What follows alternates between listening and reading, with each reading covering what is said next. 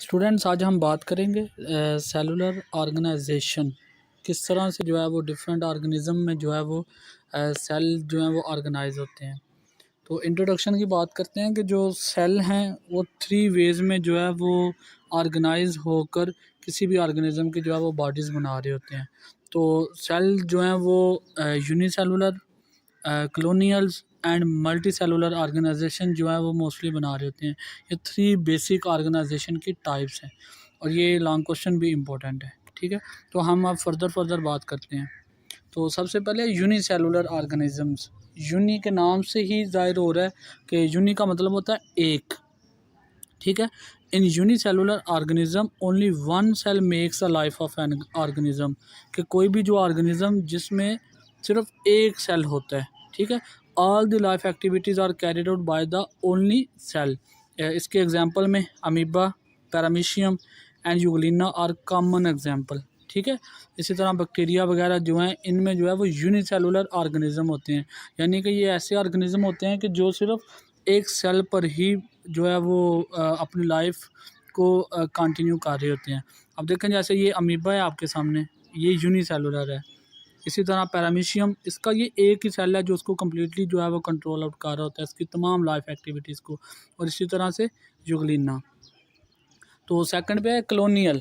Colonial का मतलब होता है जो कॉलोनीज़ की शक्ल में रहते हैं। ठीक है, तो in colonial type of unicellular organisation many unicellular organism live together but do not have any division of labour among them. यानी कि बहुत सारे यूनिसेलुलर ऑर्गेनिज्म जो हैं वो क्या करते हैं, एक दूसरे के साथ मिलजुल के रहते हैं।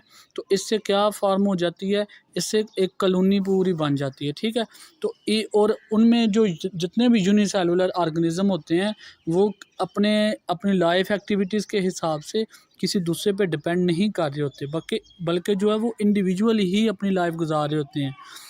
Each unicellular organism in a colony lives its own life, okay, and does not depend on other cell for its vital requirements। उनको मतलब लाइफ गुजारने के लिए किसी दूसरे पे डिपेंड नहीं करना पड़ता। इसकी एग्जांपल है वॉल्वैक्स। ठीक है, is a green alga found in water, पानी में जो प्रेजेंट होता है। डैट शोज कॉलोनियल ऑर्गेनाइजेशन, आपको ये वाटर की सरफेस पे भी नज़र आ रहे हैं जैसे एलजी वगैरह। Hundreds of volvox cells make a colony.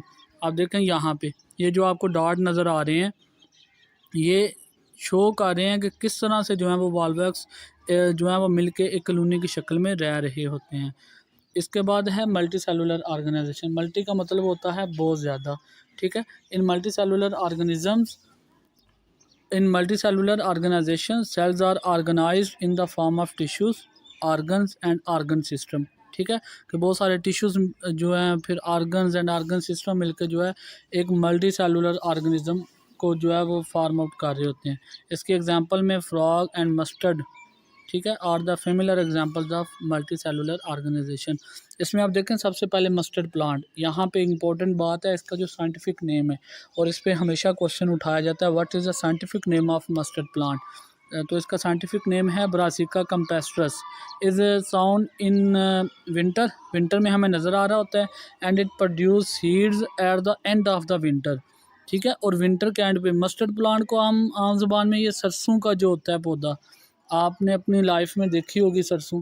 ठीक है, तो ये एक ऐसा पौधा होता है कि जिसके ऊपर जो है वो येलो फ्लावर्स नज़र आ रहे होते हैं। ठीक है, और इसकी जो प्लांट बॉडी होती है उसको हम यूज़ करते हैं एज अ वेजिटेबल, और इसके जो सीड्स होते हैं वो यूज़ होते हैं फॉर एक्सट्रैक्टिंग ऑयल, यानी कि तेल हासिल करने के लिए जो सरसों का तेल हम इस्तेमाल करते हैं। ठीक है, वो हम जो है वो मस्टर्ड प्लांट से हासिल करते हैं। इम्पोर्टेंट बात है अब कि इस जो मस्टर्ड प्लांट होते हैं इसकी बॉडी को टू पार्ट्स में डिवाइड किया जाता है। एक होती है वेजिटेटिव ऑर्गन्स और दूसरों को हम कहते हैं रिप्रोडक्टिव पार्ट्स। ठीक है, अब जो वेजिटेटिव है उनमें कौन कौन से हैं, जो प्लांट की रूट है यानी जड़, प्लांट का स्टेम जो है तना, इसके अलावा उसकी ब्रांचेज, उसकी लीव्स, इनको हम कहते हैं कि ये प्लांट्स के वेजिटेटिव ऑर्गन है। ठीक है, जो उसको फीड सब कुछ वो उसकी ग्रोथ में हर चीज़ में जो है वो इन्वॉल्व होते हैं। और ये जो पार्ट होता है ये सेक्सुअल रिप्रोडक्शन ऑफ प्लांट में हिस्सा नहीं ले रहा होता, इसका काम होता है बस उसकी ग्रोथ करवाना। और जो फ्लावर्स हैं उस पौधे के वो किस लिए इम्पोर्टेंट है, वो फॉर द रिप्रोडक्शन। ठीक है, वो अपनी जो है इस प्लांट की नस्ल को आगे बढ़ाने के लिए इंपॉर्टेंट होते हैं। ठीक है, flowers are the reproductive parts of the plant because they take part in sexual reproduction and produce fruits and seeds.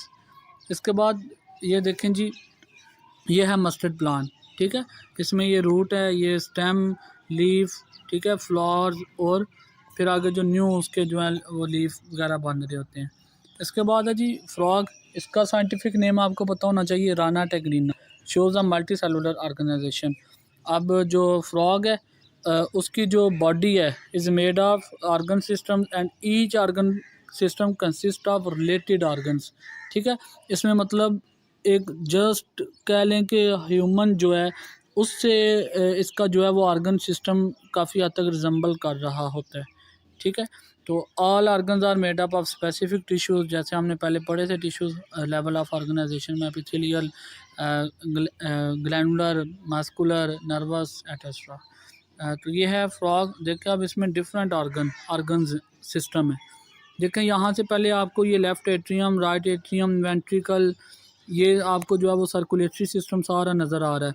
फिर उसके साथ देखें ये stomach, pancreas, small intestine, spleen, ठीक है, लिवर, ये सारे क्या हैं, ये डाइजेस्टिव सिस्टम का पार्ट है। और इसी तरह से आपको नज़र आ रहा है किडनी, ठीक है, उसके बाद यूरिनरी ब्लैडर नज़र आ रहा है यहाँ पे। फिर इसके बाद आपको जो है वो डिफरेंट आर्टरीज वगैरह, तो ये सारे मिलके क्या बनाती हैं, उसका जो है एक्सक्रीटरी सिस्टम। तो ये था आज का टॉपिक। तो ये हमारा अल्हम्दुलिल्लाह फ़र्स्ट चैप्टर आज कंप्लीट हो गया। तो अगर किसी भी स्टूडेंट का कोई क्वेश्चन हो तो वो कमेंट्स में पूछ सकते हैं। Thank you. अल्लाह हाफिज़।